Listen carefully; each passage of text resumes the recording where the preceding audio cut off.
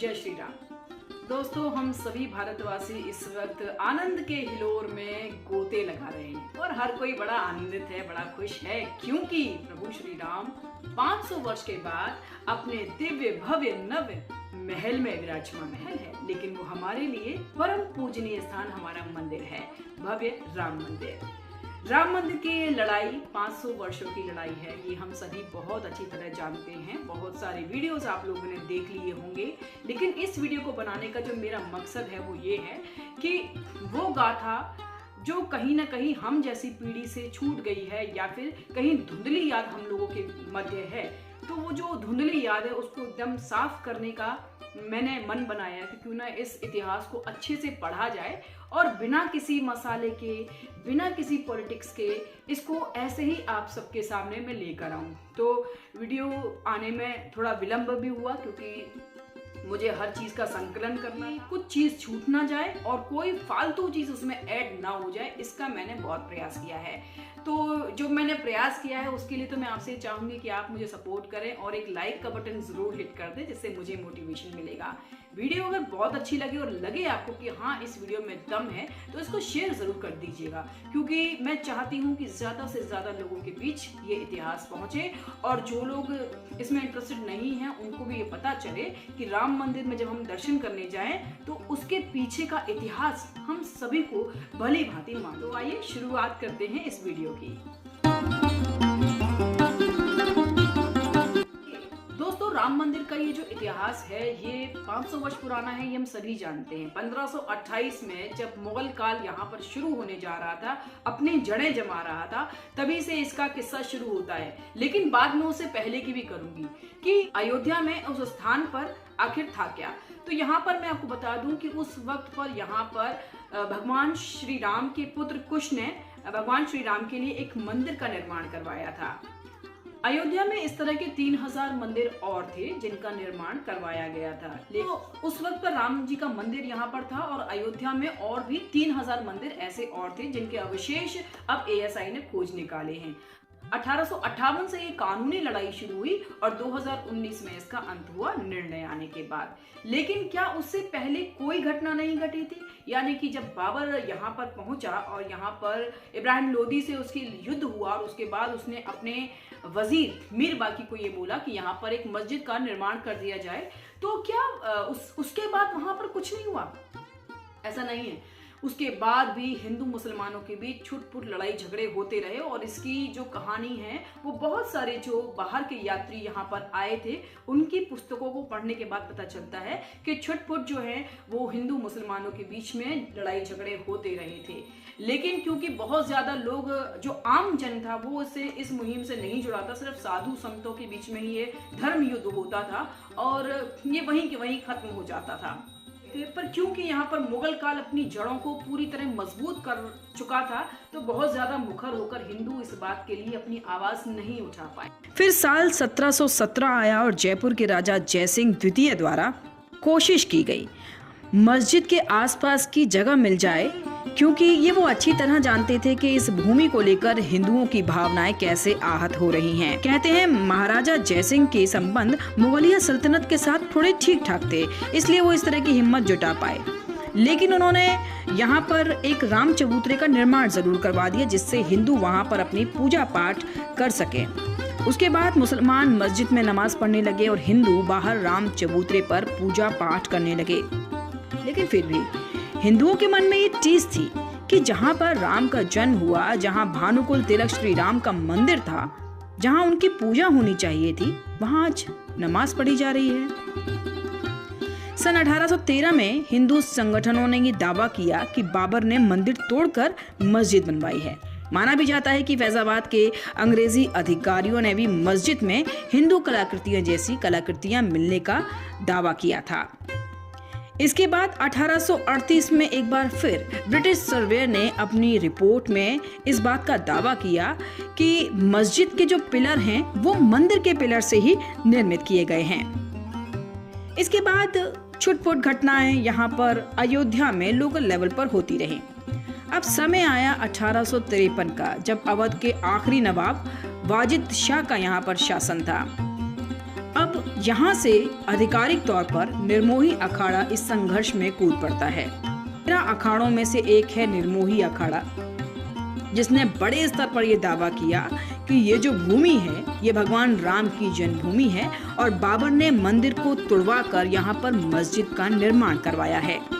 तभी पहली बार रिकॉर्डेड हिंदू मुस्लिम दंगे हुए, या ये कहा जा सकता है कि मुगल शासन के बाद हिंदुओं ने पहली बार अपने दावे को खुले और विस्तार रूप से रखा तो दंगे भड़क गए, क्योंकि अंग्रेजी हुकूमत भारत में आ चुकी थी।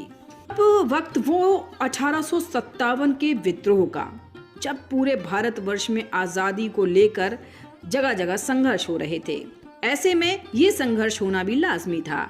तो संघर्ष भड़का, लेकिन अंग्रेजी हुकूमत के पैर थोड़े से कांपने लगे और उन्होंने ये सोचा कि कहीं हमारी सल्तनत पर कोई मुसीबत ना आ जाए, हमारी हुकूमत पर कोई मुसीबत ना आ जाए, इसके लिए इन हिंदू मुसलमानों के बीच में कोई रास्ता निकाल लेना चाहिए।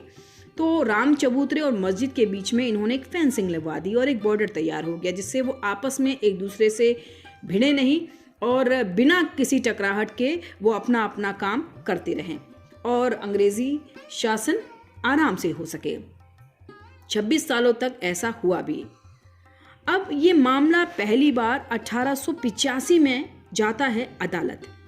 निर्मोही अखाड़ा के महंत रघुवर दास जी ने डिस्ट्रिक्ट कोर्ट में ये अपील की कि हमारे ठाकुर जी बिना छत के बैठे हैं, अतः धूप बारिश सर्दी से बचने के लिए राम चबूतरे पर एक छोटे से छत डालने की हमें अनुमति दे दी जाए। लेकिन कोर्ट ने ये याचिका खारिज कर दी और इसके एक बार फिर यहाँ हिंदू मुसलमान दंगे हुए और दंगों में बाबरी मस्जिद की एक दीवार टूट गई, जिसका निर्माण बाद में अंग्रेजी शासकों द्वारा करवा दिया गया। कहते हैं जब लगातार इस तरह की घटनाएं हो रही थी तो पुरातात्विक साक्ष्य पुस्तक से ये पता चलता है कि तत्कालीन जिला जज कर्नल F.E. चौमियर ने इस पूरे परिसर का निरीक्षण किया था और निरीक्षण के बाद 1886 में उन्होंने इस फैसले में ये स्वीकार किया कि हिंदुओं की पवित्र मानी जाने वाली भूमि पर मस्जिद का निर्माण ही हुआ है।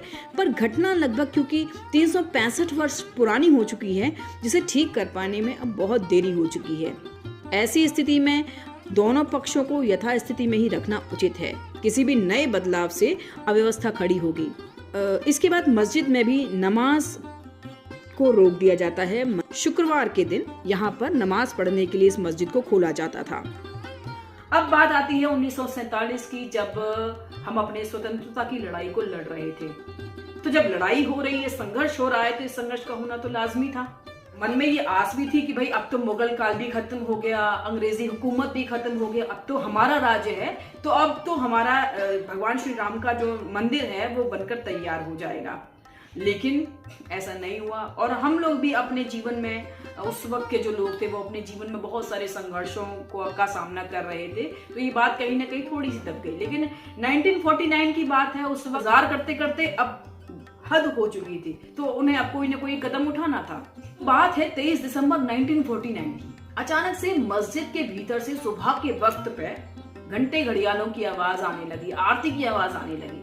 इसको सुनकर सभी लोग चौंक गए। अयोध्या के आसपास के जो मस्जिद के आसपास के जो लोग थे वे सभी के सभी वहां पर एकत्रित हो गए। हिंदू पक्ष भी एकत्रित हुआ और मुसलमान पक्ष भी एकत्रित हो गया। और हिंदू पक्ष तो इस खुशी में हुआ कि अरे ये अचानक से हुआ क्या, मस्जिद में से कैसी आवाजें आ रही हैं। लेकिन मुसलमान पक्ष जो था वो विरोध करने के लिए वहां पर इकट्ठा हो गया और धीरे धीरे करके कहते हैं कि बहुत ज्यादा हुजूम वहां पर इकट्ठा हो गया। और देखते क्या है कि भीतर रामलला की मूर्ति विराजमान है, वही मूर्ति जो कि चबूतरे पर रखी थी अब भीतर है। कहते पुलिस तो वहां पर इकट्ठा हो गई, लेकिन पुलिस की हिम्मत नहीं पड़ी कि कोई कार्यवाही कर सके, क्योंकि हिंदू मुसलमान दोनों ही बड़ी संख्या में वहां पर मौजूद थे। अगर वो कुछ भी एक्शन लेते तो ये बहुत ज्यादा विकट समस्या हो जाती। अब देखिए, मुद्दा इतनी जल्दी यानी 23 दिसंबर को ही ये मुद्दा जवाहरलाल नेहरू तक पहुंच जाता है, प्राइम मिनिस्टर तक पहुंच जाता है। और प्राइम मिनिस्टर वहां के जो मजिस्ट्रेट थे के नायर, बहुत इंपॉर्टेंट नाम है इस पूरे इतिहास का, उनको बोलते हैं कि भाई ये जो रामलला की मूर्ति है उसको आप निकाल कर बाहर करिए और ये मस्जिद की जगह है, मस्जिद की जगह पर कोई भी छेड़खानी नहीं होनी चाहिए। के नायर ने साफ मना कर दिया और कहा कि माहौल काफी खराब है, ऐसा काम मैं बिल्कुल नहीं कर सकता हूँ। 2:30 बजे, दोपहर के 2:30 बजे एक बार फिर पीएमओ से खबर आती है कि भाई आपको ये काम करना ही है और इसमें कोई भी इफ बट नहीं चलेगा। लेकिन के नायर हिम्मत जुटाते हुए अपना इस्तीफा लिख देते हैं। इस्तीफे के साथ साथ ये भी लिख देते हैं कि भाई अब मस्जिद में किसी का भी जाना आप अलाउ मत कीजिए, रामलला जहां पर बैठे हैं उनको बैठे रहने दीजिए, नहीं तो बहुत ज्यादा संकट आ सकता है इस देश पर।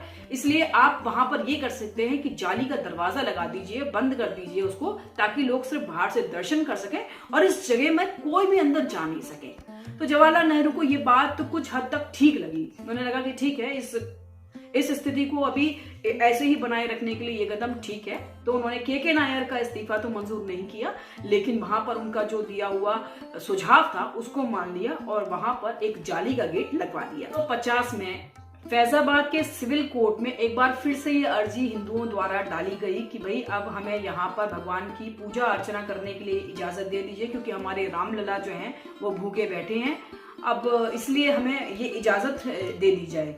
लेकिन सिविल कोर्ट ने इस याचिका को खारिज कर दिया। कहानी बहुत सारी है, लेकिन इस वीडियो में बस इतनी ही बात करूंगी।